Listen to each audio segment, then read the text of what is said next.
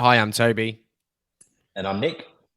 and welcome to the Pure Property Podcast with Track Capital, where we talk about all things property and property investment.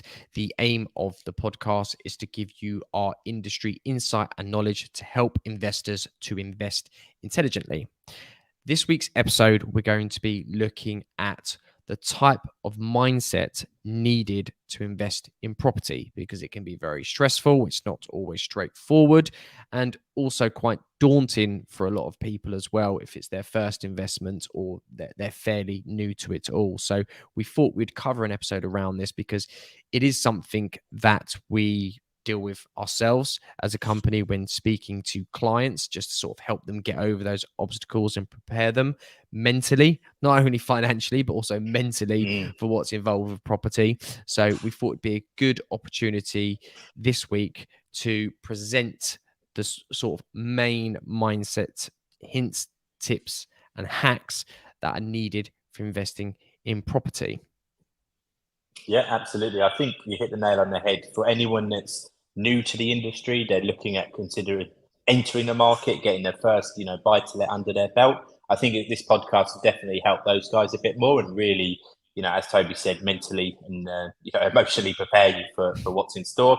But yeah, hopefully these will keep you on track. So shall I kick things off with number one? And that would be staying focused. Okay. Now, this seems something that's very, very easy to do when you're looking in from the outside. But what you'll find is when you start getting what we call deal flow, in other words, a lot of options to invest in, a lot of properties to look at in different locations, different strategies, different price ranges, different returns. There can be, a huge amount of information to take in.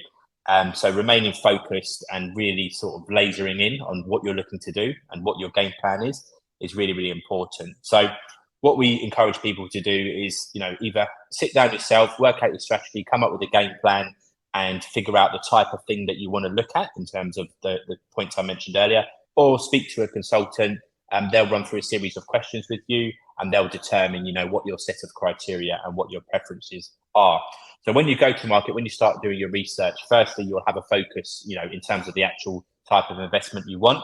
But then obviously when you're starting to review, when you're getting to the offer stage, I think it's something you want to stay lasered on and not start to look at other things, other strategies, other models, etc., etc. So I think one of the phrases Toby always uses, well, I know one of the phrases Toby always uses is analysis by paralysis. What is it, Toby? Something like that. Yeah, analysis paralysis, that's the one. That's the one, yeah. So we see it all the time. People get overwhelmed. They get lots of options to choose from. But yeah, you've got to stay focused in on getting it done, making that commitment, staying focused, and not getting too distracted. Yeah, and I think the analysis paralysis, we talk about that a lot because it is a genuine thing. A lot of people, they can get too hung up on even analyzing down to the finest minute bit of Mm, information, which I know it's important to make sure you're doing due diligence and getting all the information correct. But sometimes it's as if they're not satisfied with the response they get and they just want to double check and then they want to double check that. And then because they're not sure, and sometimes that's due to lack of experience, that's when they mm, want to keep looking. And yeah, that's what happens. So they don't actually do anything because they keep looking for the next thing, where you just need to kind of bite the bullet sometimes, and just accept that what you've got, you go trust your instincts as well, and you go with what's in front of you, go with sort of the data that you've got and move forward that way. Also, another thing with being focused is we advise not to dip in and out.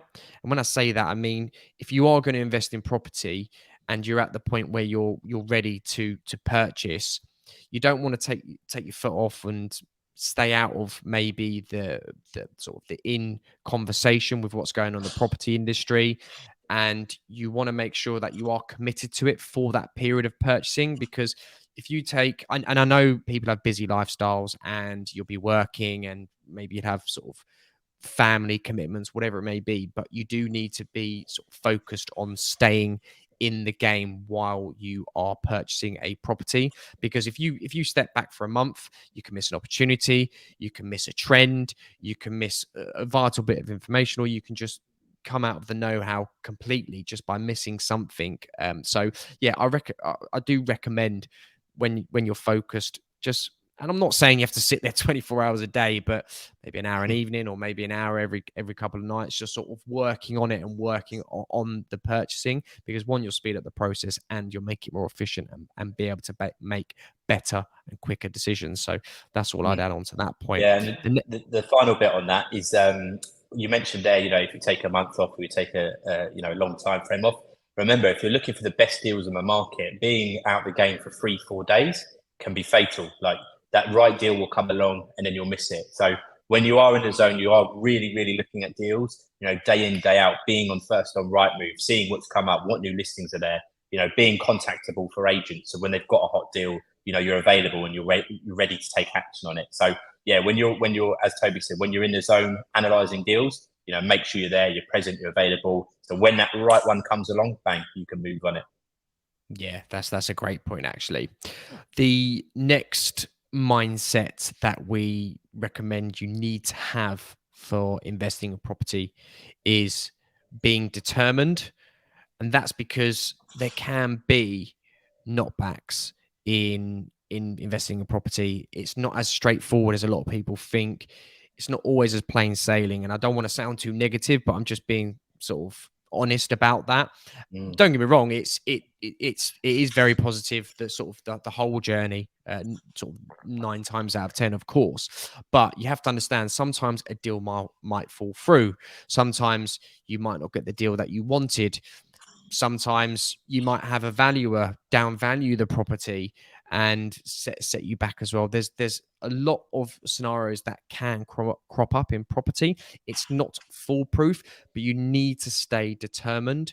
So you have to say, look, okay, I got knocked back here, and now move on to the next one. I mean, one of the stories that I tell is there was a property that I bought a couple of years ago where I think we got knocked back by one or two. I think it might have been 2 lenders. And that's not cheap, because you're paying for surveys. It's also time element as well, because the seller wants to sell. They're putting pressure on, why is it taking so long? And we could have easily, probably after the first one, be like, oh, look, lenders aren't liking this property. It's been downvalued. I'm not too sure. Even though I knew the numbers stacked, etc. Went to another lender. No, that lender wasn't too keen. I can't remember the reason why, actually. But sometimes you just get bad valuers, to be fair. And then, yeah, lo and behold, third valuer that we went with valued up, was more than happy, and it's been a well-performing property in Leeds. Is the location of that one, and it's been doing very, very well. But in that scenario, if we weren't determined and wanted to go ahead with a purchase and we knew it was a good purchase, we could have easily given up at that point and said, well, do you know what? Yeah, no, it's easier. I'll sit this one out, and we'll wait for another opportunity to come along. And yeah, it shouldn't be like that. You just need to work through it, be persistent, be determined, and you really need that mindset. Yeah, the other thing I'd add on that is you're going to have to be determined all the way through your property investment journey. So when obviously you start out, you might be going for a more routine, very straightforward vanilla buy to let, we say, where your problems might be, oh, the solicitor's taking you a while to get back, you found out there's this hidden charge, or the service charge is higher than you expected, or all these nitty gritty sort of things, and then eventually you get it over the line, get it done. But then if you move on to more advanced strategies in the future, if you start being hands on, if you're doing refurbs, you're going to have issues there. If you're investing in new building off plan property, you can see construction issues. Even if you get up to the stage, if you're building out your own projects, you're going to have issues there. So don't be under the misconception that you learn the property market and then it's all smooth sailing after the first 6 months. No, there's always going to be things come up. And again, I think the word that was used earlier was keeping that mental focus. You do have to be mentally and emotionally prepared for it, because often there's a lot of money at stake. As Toby said, very time consuming, a lot of different people involved as well. So there can even be sort of egos and things like that. So having that determined, mindset will prove, really, really beneficial. Really, really beneficial. Cool. If we move on to the next one then. So number 3 would be being adaptable. So yes, the UK market in particular is overall, if you look at the macro picture, quite stable. It's quite consistent. There's pretty safe bet overall that, in the 10, 20 year time frame that you might own the property, that it's going to do well. if you stick to your investment fundamentals. Having said that, you do, and we often see the changes in the micro market. And what we mean by that, is in a short time frame of a few years, being able to adapt and shift to market conditions and trends and patterns you're seeing out there. So you might see mortgage interest rates change. You might see different products themselves come to market for mortgage providers. You might see a new project or new development come to market you want to look at, or you might have one in mind and then that gets withdrawn or someone else buys it. All these different things you've got to think about, right down to the point where even if you're buying a property and the owner, at the last minute says, "Oh, I've got another offer." How are you going to adapt to that? How are you going to, handle that situation so you can either carry on with the deal or review another one? So yeah, being adaptable is really, really important. But maybe Toby, from your side, in your experience of buying properties in our investor network, can you give an example maybe of where being adaptable is proved beneficial, either financially or just in general? Yeah, definitely. I mean, I can give me personally. So the first investment property bought was sort of localish to where I live. It was a good deal at the time. That was back in around 2014. Bought it, and yeah, served us very well. And then when we started looking for our next purchase, the market had really jumped up in our local area. The prices had rocketed. It was a really buoyant market. We're being priced out. The yields just weren't stacking up because the prices had jumped and rents weren't really sort of rising at the same rate, which meant it didn't. When we were looking at that deal, we were a bit like, oh God, like it's nowhere near as good as what's on the market now and what we can get. And like I said, the prices had shot up. So when you factor in the stamp duty, all that sort of stuff, it just didn't make financial sense. So I just said, okay, I'm going to look somewhere else. So I did the research, looked and found Leeds, as I mentioned earlier, and was able to adapt and look at that market as an emerging market. And I saw sort of the potential, looked at the fundamentals. Yeah, because back then Leeds wasn't what it is now, right? That was quite early days for Leeds. Exactly, yeah. The market's moved on massively since then. And I think that was the main thing. I was able to adapt and move to a different location and look at that market and shift into there, which then opened up. But that was when I realized, like, being fluid in this game is massive, because you're not then restricted. It's like you go where the money is, technically, and did that. So researched the market, looked at the fundamentals, which we always say is key when you're looking at a place to invest. What fundamentals are there to make it a good investment location? They tick the boxes. And I'll be honest, going back to what I mentioned about sort of focus and determined, I was a little bit hesitant because it is a new market technically, and I was apprehensive about the data and making sure I got it correct. Because remember, this is a place that I know nothing about technically, but stayed determined, stayed focused, and thought, do you know what, I'm going to dive in with 2 feet, and bought one. And funny enough, not saying I recommend, the one I actually bought, didn't even view it because I'd been outbid on a few properties, and then one come up and I saw it, and I rang the agent, and he was like, look, we have got a bit of interest already. It's just come to market. And I knew I couldn't wait around, and obviously I had to get to Leeds, but I'd run the numbers so tightly. I'd had 3 scenarios: worst case, medium case, and best case. And in all 3 scenarios, I was happy with the numbers. Even in the worst case scenario, if it didn't come off like I thought and there was a bit more work that was needed, I'd factored that in. So I was still happy that anyway. So I just said to the guy, look, what's it going to take to get it off the market? Because I want it. And he gave me the figure. I paid. It was slightly under the asking price, nothing major, but slightly. I think only like $1,000 or 2, which is nothing, to be fair, when buying with a mortgage. And yeah, bought it. And that, in all fairness, has been my best performing in my portfolio to date. Don't recommend buying one that you don't view, but that's just, again, just a story of how if you're laser focused and determined and you can adapt, you can go on and buy a property. Yeah, and the really interesting thing about that is when people search properties, they tend to narrow in on location, and then they almost sell themselves on that location before they've made the property purchase. So in that case, it's good because you haven't just bought something down the road, you've shifted to the other end of the country. And it's paid off in the long term, which is obviously really, really good to see. So yeah, take that on board, guys. So far we've got the being focused aspect, being determined, seeing things through, and then being adaptable and being agile. Just like the example there that Toby just gave us. So keep those points in mind. Right, on to the next one, mate. Yeah, on to the next one. So this is, you need the mindset of being a team player. And that doesn't mean that you're going to be high-fiving and, getting into sort of cuddles and huddles and, ooh, Group in the team hugs. spirit. Yeah, I'm not talking about that. What I mean is to get along in property investing, you need the help of others.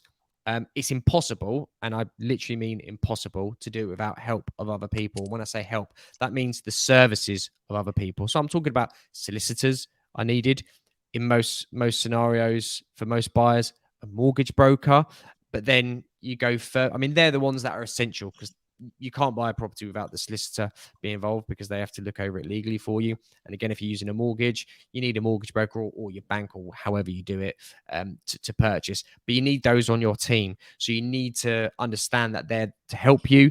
You're both assisting each other and you need to work together. So that is a massive, massive thing. You need to have a good relationship and be able to work together. Again, going back to what we spoke about earlier, that you need to be determined. There'll be stuff that sometimes can go wrong or there'll be blocks in the road. Having those sort of people in your team will help you get over those hurdles. And then you go further. So you want estate agents, property investment consultants such as sort of Track Capital, ourselves, anyone in the property industry that can assist you, has access to property and has access to benefiting you buying a property is needed. So you need to be a team. You can't just use these people willy-nilly and like pawns and just be sort of brutal to them or disrespectful or treat them badly, because that means the level of service you're going to get is going to be reciprocated. They're not going to want to help you. They're not going to want to go above and beyond. If you're rude to a mortgage broker and you're hassling him and just not good to deal with, why are they going to want to go above and beyond to get you the best product?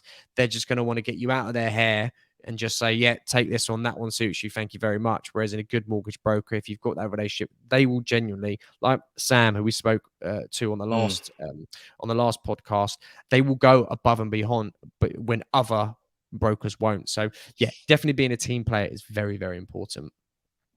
Yeah, and then just to tack on that end bit there, it's having a long-term mindset. So, and don't get me wrong, guys, for a lot of people, this will be obvious, but believe me, there are a lot of investors, when they get tied up in the moment, something hasn't gone their way, they've been told about extra fees, they're emotional, they're a bit angry, they can react and take it out on solicitors, the property consultant, the mortgage broker, even like contractors, things like that. So we'd encourage everyone to have a long-term mindset, because hopefully you'll be building your portfolio over the years to come, and you can use a solicitor, use a mortgage broker again, and you will literally save a lot of money as well as a lot of time and stress, and the whole experience will be a lot more pleasant if you've got established relationships with people that you trust. And yeah, prime example of that, as Toby said, was Sam Norris, who is a advanced level mortgage broker. I would describe, he's been in the game, I think nearly 2 decades. But yeah, having someone like that on your team will go, will be worth its weight in gold, is the expression. But yeah, being a team player, very, very useful indeed. Cool. Right, let's go on to the next one then. So being open-minded. Now, we understand as a consultancy, right? We position ourselves as advisors, being what we call consultative and advising and giving, knowledge, expert advice, showing our due diligence, and operating with integrity and being transparent are our company values, right? So we install that in all our sales guys, even our admin and marketing guys or operations guys that are dealing with investors on the back end, maybe. And there are occasions when investors know best. The customer is always right, is not something that we always agree with. But you have to, as an investor, take on board what other people tell you. Okay. I'm not saying listen to every single bit of advice that you're getting from everyone you speak to, but, be shrewd about it. Listen, give people the time to speak, give their point of view. you don't have to sit through hours of sales pitches. You know very quickly if someone knows what they're talking about and can add value. But being open-minded is really, really important, because especially if you, in the example that Toby just mentioned, if you hadn't had that local agent who had that local knowledge, or the guys on the ground that know that area exceptionally well, it probably would have been a lot harder, and they might have had to take that long trip and could have even missed out on the property. So yeah, being open-minded, taking advice from people, taking things on board, learning, and absorbing the information throughout your research is really, really important. Yeah, and again, taking stuff on board, being open-minded is key. And kind of relating to what I said previously in regards to being a team player, obviously when you've got someone good that you always use, it's always good to stay with them. But there's also sometimes where you need to be open-minded and maybe look at other options. The best I can give is like solicitors. The when I was an estate agent, the main thing that I used to hear all the time is, "Oh, I've got a solicitor. He's been in our family for years. He's really, really good. I'm going to use him. No one else, no one else." And I'll be like, "Okay, well, look, we do have a firm that we work and have a good relationship with. Again, being a team player with them, it might be a lot smoother communication wise if we can use that solicitor. But if you want your solicitor, absolutely fine. Yeah, I'm going to use the solicitor." No, usually the solicitors old school, doesn't want to speak to you. They're not always that great, and it just really, really breaks down the process. And it led to fall throughs, frustrations, bad advice being given, and we'd be shut out sometimes because the solicitor just didn't want to talk to us. Whereas, and we were like, "Look, we've got another solicitor that we can use, which would make this a lot better. They're very, very good." So sometimes being open-minded and saying, "Actually, look, for the sake of this transaction to get it through, yes, look, I'm willing to use that solicitor. Let me have a talk with them. Let me speak to them. And yeah, if I get on well with them, then yeah, I'll be open-minded and I'll look to do that for obviously for the transaction to go through." It doesn't mean you have to use them all the time, but sometimes for a specific transaction, that might be the way to go. So those scenarios, being open-minded as well is very, very important. Yeah, and then I would just add on there, in terms of the actual search or the actual strategy, there's no harm being open-minded in the early days as well. So in terms of like the property type you go for, whether that's an apartment, some people will rule out leasehold without even looking at it or considering the new regs and stuff like that. So that's one case where then you might be more beneficial to go for a lower entry level apartment than a big three bedroom detached house in the southeast. Or being open-minded to, can you be a bit more hands-on? Do you have a team in place, or can you put a team in place to do a light refurb and try and get some more out of the deal? Right down through to locations, the developer you use, etc., etc. So yeah, I think being open-minded, it's a principle that you can live by throughout the entire journey. You don't always have to be so rigid and stuck in your ways just because Harry down the pub told us to. So keep that in mind as well. No, that's actually a really good point to end on that one. But yeah, next, another mindset that we feel you need to have is being a realist. You need to be realistic. Sometimes you'll come across investors, and usually they haven't got an actual property investment themselves. And the reason is because they're not realistic. They're looking for unrealistic returns. Maybe, as you just mentioned, their mate down the pub has told them, "Oh, you can invest in property and you can earn this amount. It's really easy, etc., etc., etc." So that's what they've got in their head. So then when you're giving them realistic figures and the realistic sort of process and how it's a medium to long-term game for most strategies, etc., etc., they don't like that because it's not what they've been told or what their sort of preconceived conception is of investing in property. And it's very important to be realistic. And that when you obviously got your strategy, when you're looking at a location, be realistic on the figures for that location.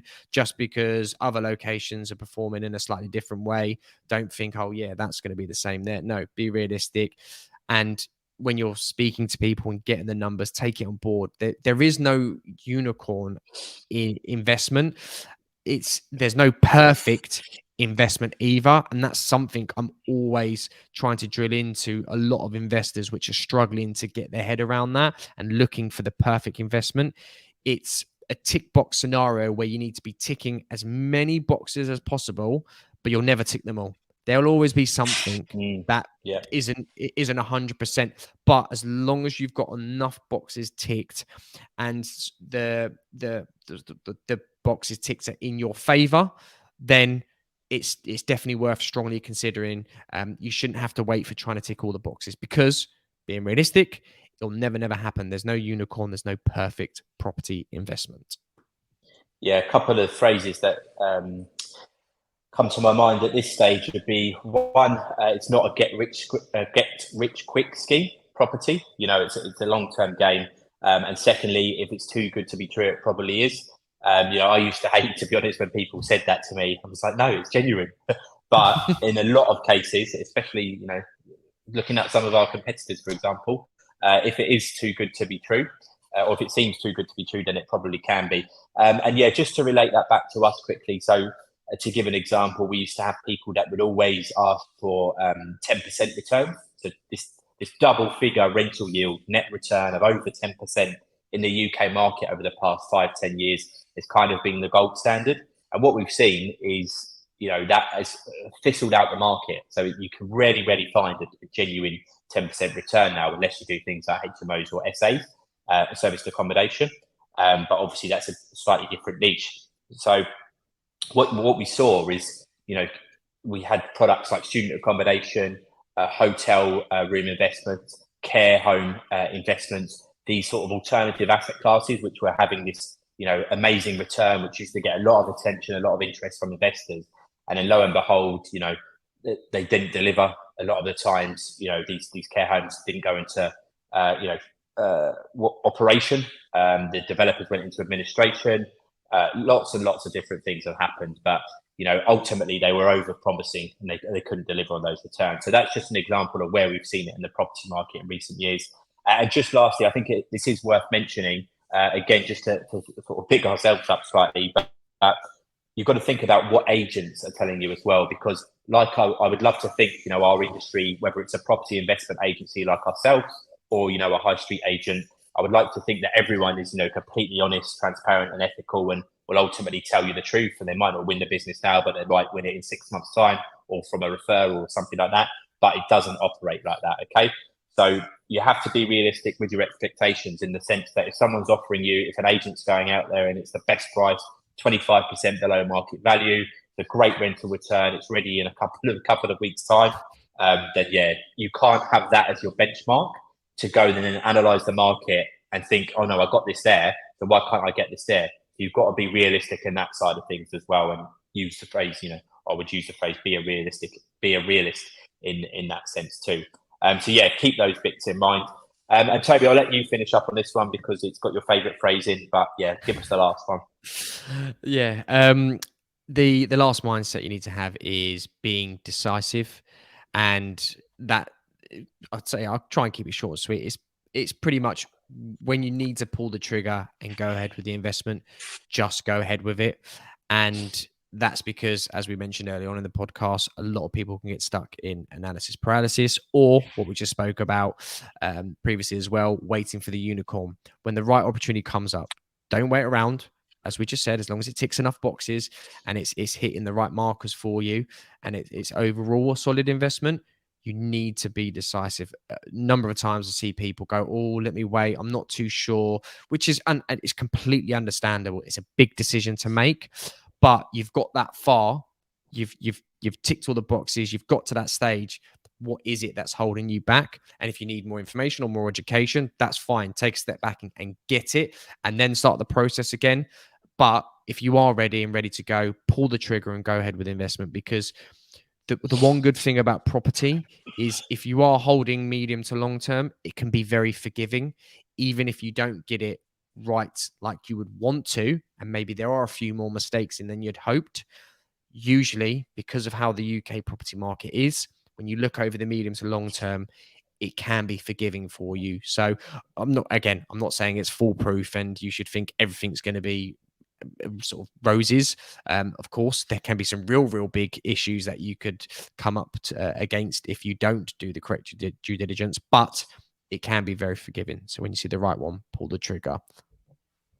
Yeah, I think, that's a good phrase to use. I mean, to put it in financial terms, the example I would give is, be decisive, and take the action if it does, one, tick most of the boxes like Toby was saying earlier, but two, if it's roughly in the right price range and the right bracket, that's fine. Because even if you do end up overpaying by 5 grand, by 10 grand, as Toby said, if you look medium to long term, i.e., 10, 15, 20 years, the capital growth and the appreciation and the rental income you've had during that entire period is going to far outweigh, if it's a decent investment, that original figure if you do overpay by 5 grand. So keep that in mind as well. And then just lastly, with regards to being decisive and taking action, the example I can relate that to is actually the Dubai property market, where I spend a lot of my time working on. So here, stock moves exceptionally fast. Hundreds of units will sell within an hour on new launches. They hire out, arenas to do building launches, all this stuff. So if you wait for literally minutes, in some cases, you can lose the opportunity here especially in these high demand, communities from high demand developers, etc., etc. So yes, it's not quite like that, or it's not quite as aggressive as that in the UK. But perhaps how we can relate it is, if you get a new launch, for example, we've just done a new launch in Manchester, being received exceptionally well. But we were quick on our side as an agency when we've done our due diligence and got the information out and got it all structured correctly. We got that in front of our investors. Okay, here's the information. We're one of 3 people in the UK that have access to it. Make your call. But if you wait around and you wait, a few months, etc., it's gone. The best units simply go. And we're not talking about, we're going to get a floor, you're going to get a unit a floor below. We're talking about you're going to pay another 20 grand in that, in terms of pounds on top of that. So yeah, it can be one, expensive if you're indecisive, and two, it can be a bit emotionally draining if you're still looking at stuff 6 months later. You haven't taken any action. You've got to get the momentum going. You've got to be excited, take some action, take the next steps, and then being that decisive will return you great favors in the future, hopefully. Yeah, that's a great one to add in there. And actually, thinking about it, the one mindset which we haven't mentioned, which we'll add on as a bonus, is you need to have a business mindset when investing in property. You can't be emotionally attached. You have to think of it like a business. Again, I have too many investors that might say, I wouldn't live there myself. I wouldn't live in that myself. It's not the type of thing I would go for. That old one. So yeah, something like that along those. They get emotionally attached. Oh, it wouldn't be suitable for me here, or whatever it is.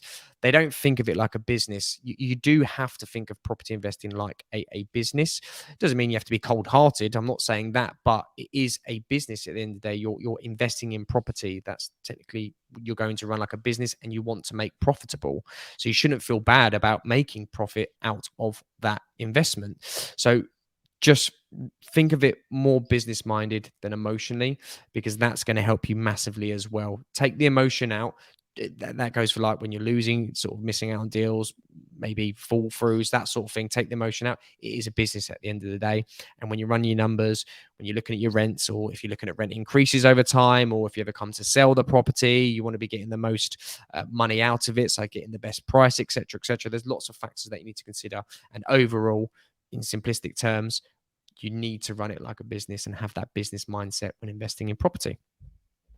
Yeah, that's where you're going to make your money. Looking at the figures, looking at those percentages, sticking to your game plan, having that vision, reaching those targets in the future. They're all mindsets and concepts that we have in running our business day to day as well. So you can translate that to your property investment and journey as well.